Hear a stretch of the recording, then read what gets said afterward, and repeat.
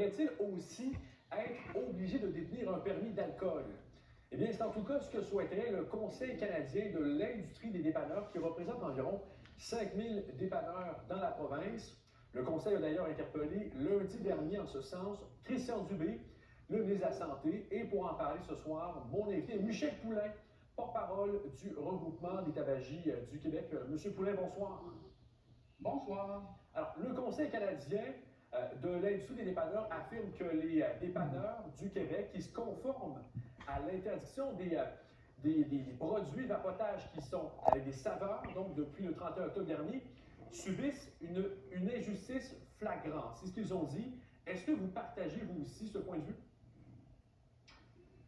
Bien, comme on l'a indiqué à plusieurs reprises au cours des derniers mois, il existe une réglementation à travers l'industrie au niveau de la commercialisation des produits des saveurs.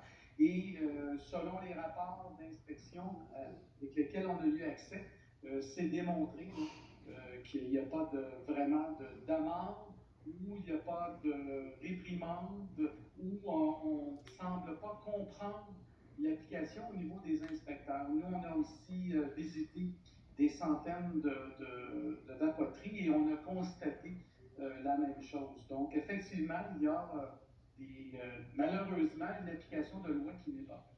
Alors, cette loi qui interdit la vente de saveurs dans les produits de vapotage, si je comprends bien, elle est facile à contourner quand même. Effectivement, c'en est même ridicule. Je vous donnerai un exemple. Certains commerces de vapoterie ont transformé leur boutique en dépanneur bonbonnière. Donc, on retrouve des sacs de bonbons avec des saveurs.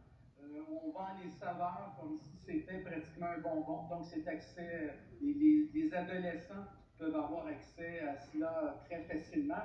Donc, ça vient rendre, vous direz, la perception, surtout du vapotage, plus attrayante pour les adolescents, ce qui va justement au contraire de l'application, de l'intention de la loi.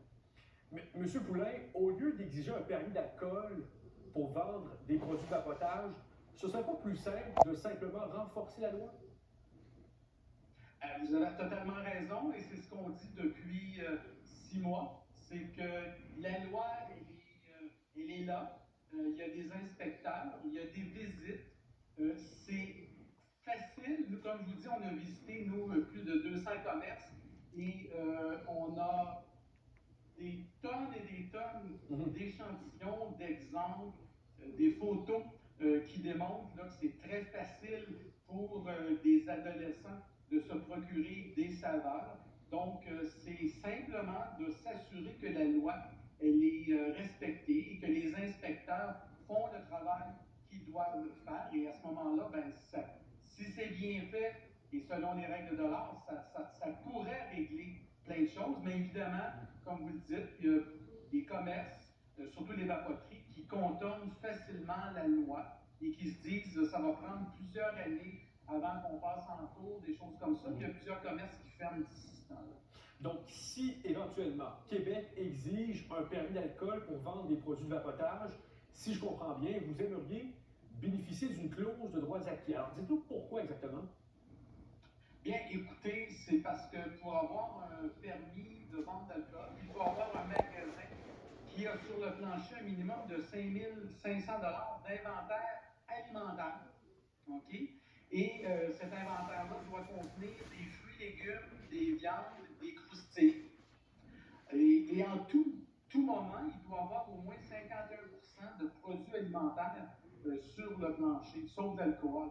Alors, vous pouvez comprendre que si vous avez visité, vous avez connaissez un peu les tabagies, c'est impensable qu'on puisse se conformer, surtout à cause du manque d'espace. Donc, c'est pour ça qu'on demande cette clause. Très bien, M. Poulain, espérons que Québec répondra favorablement à votre demande. Évidemment, tenez-nous au courant si vous obtenez un retour de leur part. Michel Poulain, je le rappelle, vous êtes porte-parole du regroupement des tabagies du Québec. Merci beaucoup, bonne soirée à vous. C'est bien gentil, bonne fin de soirée.